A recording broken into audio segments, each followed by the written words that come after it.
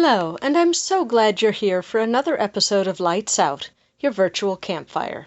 I'm your hostess with the mostest ghosties, Sylvia Shults. I'm always so grateful when people give me feedback on these shows. Fans of this show will remember that a few months ago, I did an episode called Believers, in which I asked paranormal investigators to tell me about their aha moment, the moment they became a believer in the supernatural. That has become a popular show, I'm happy to say. So I figured I'd do it again. Let's see what experiences have turned people into believers and go lights out. So the question is, what got you, not even what got you into ghost hunting in the first place, but what made you a believer in the supernatural, in the paranormal? Is it recording? Yeah. All right. I mean, I'll snip out I'll snip out some of them. I went through a near-death experience. I was shot twice in a school shooting, college campus at Northern Illinois University. Holy cats. Yeah. In February 2008. I survived. 5 of my classmates were killed. And after that, I started seeing and feeling. I started seeing ghosts and feeling the afterlife presence. And I think when that happens to you, that's when things start happening like that. And I knew Nick was into it, so that's when I joined Nick and joined his team. Yeah. So yeah, that's what really got me into it. Wow. Yeah. I know you didn't know that, but yeah, I figured you asked that question, so that's why. That's a really good answer. Yes. Wow. Oh my goodness. Yeah. I had no idea. Yeah. Wow. Yeah, I've heard that having an experience like that, I mean, not even a near-death experience, but, there's somebody that I know in Pekin that lost a finger. Mm-hmm. And after that, he got that sort of ability to see the other side and have more paranormal experiences like that. Oh, yeah, definitely. Because I grew up with it. Nobody taught me it. I can remember living on the south side of Chicago and in a two-flat. My mother was a widow, and I slept in the front bedroom of a two-flat, and she and my gram slept in the back. My aunt took care of me downstairs, and I can remember walking like this. It was a little cot, thinking somebody was following me. Oh my. And I mean, I was just old enough to walk downstairs, And I always felt somebody was in the room with me, and there was nobody. At a later date, we used my sisters, and I had 2 sisters, did Ouija boards. And ironically, the initials, I'm married a second time, or I was. And the initials, I kept saying, what is the future initials? My future initials, if I should get married. And the same ones kept coming up, same one. And I don't even know anybody with those initials. And that's the man I married. It wasn't until later that I realized, the Ouija board and he. And it was funny because we're not so much religious as spiritual people, deeply spiritual. Me too. And so different things happened. Different places I lived were haunted, but I was so comfortable with it. I didn't think it was haunted. People would come and go, why did this happen? Oh, that happens all the time. I don't pay any attention to it, And I think they follow you around. And then when my dad died, I have been married a second time. My parents had a big 2-story stucco house with a side entrance and that, and they had a very large bedroom with a walk-in closet, which was, hi kid, good to see you. Good to see you. But after he died, the house had been sold, and the light kept going on in the closet, and they had many electricians come in and check out the wiring and make, it's an older house now, and nothing wrong with the wiring. So my sister moved in next door. And so I said, go over there and tell Dad he's dead, because he didn't want to die. So anyway, she told the people, she said, could I talk to your dad? Well, he's not here. Well, he might be. Yeah, he is. So anyway, she went over and she said, Dad, stop annoying the people. You passed over, or you're supposed to. You are dead, and so on and so forth. Good morning. So anyway, she did go over there, and as soon as she talked to him and told him he had died and he was gone, the haunting stopped. Oh my. And the lights didn't go on by themselves again. They'd go on every day and every night during the night, because it was his room. And he was just still hanging out in his room. And So, went to an 1840 cemetery, which cemeteries are one of the big ones too. 1840 cemetery. Didn't expect to find anything, wasn't looking for anything. Went with another gentleman who called himself a psychic feeler. If anyone knows what a psychic feeler is, it's basically when they touch the spiritual energy and it has like a positive reaction where it pulls back from it. It's cool, but come on, I'm dealing with ghosts. I don't want to deal with psychics quite yet. You know, I was like 21 at the time.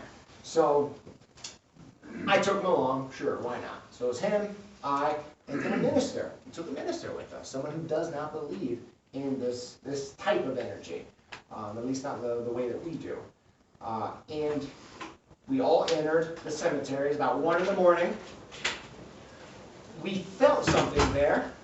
So we kind of moved forward. I'm snapping I had my 35 millimeter camera, disposable. I'm loving it, just snapping photos where I can. The next thing you know, I see him and her over by this stone, this big gravestone. So I start walking over to them because get a little bit farther from the group. I want to stay close. Then I realize she's with me. I'm like, huh, this is interesting. This is now interesting. This is where you have to check yourself. This is one of those moments, probably the biggest moments where I'm like, all right, you got the moon. You're doing a shadow thing here. What's going on? Like, what am I seeing? What kind of hallucination or what mirage, could I possibly be seeing? So I slowly approached, really not knowing, but something definitely looked like it was physical. And I remember 10 feet in front of me, I stopped. Mind you, it's not as badass as some of the TV shows look at. You don't, run towards a full frontal apparition. Especially being 21 and that sort of reference. So, stopped my feet. Let me see what I got, guys. Get her? That was your plan? Yeah, well, my plan was feet planted, hand in the chest, other hand this way, like you saw a snake in the road, right? That kind of thing. So I stopped the other lady from moving any further, and I kid you not, in full detail, man, beard, top hat, old fishing clothes, looking down at my friend, filling up his leg, psychic feeler, found out what that meant.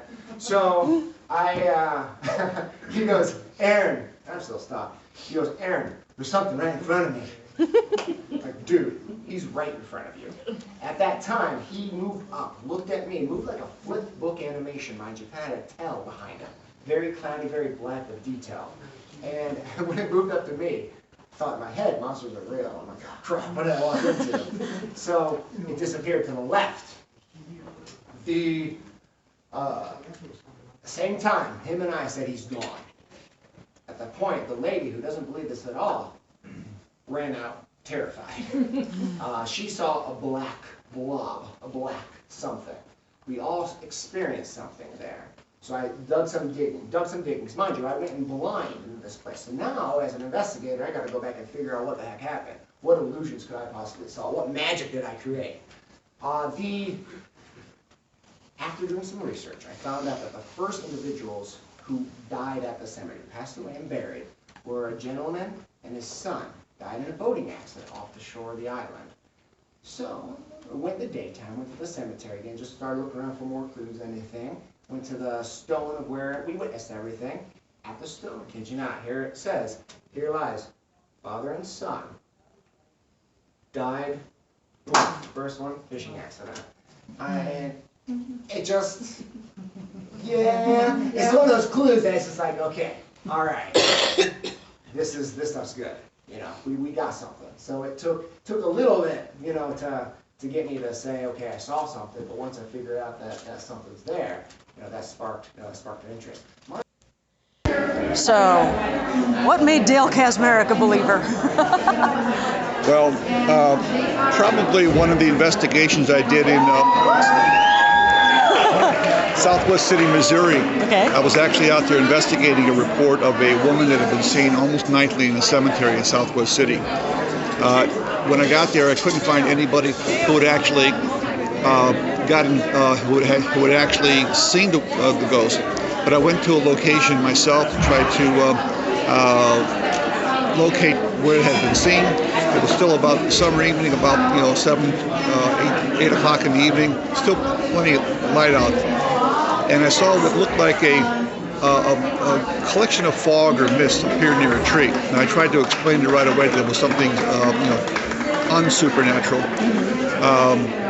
I took a picture of it, removed the camera from my eye, and the mist or whatever it was, the fog, did not simply blow away, dissipate like normal fog, but it was as though somebody had pulled a cork out of a bathtub and it spiraled down into the ground like a little white tornado. And that was my kind of my aha moment, where I said, well, what the heck did I just see? Cool. Hope that wasn't too bad. My aha moment for paranormal and ghosts and all that kind of good stuff, the believability of it, came when my sister, who I knew had no reason to lie or make up fibs, and had never indulged in any kind of weirdness. She, when I was by my grandma's house, she was the one that explained to me how she saw Miss Ruby and interacted with her and how old she was and what she looked like. So when my sister and my grandmother I found out that the house I was purchasing was haunted, that was my aha moment. Cool. Thank you very much. I appreciate it.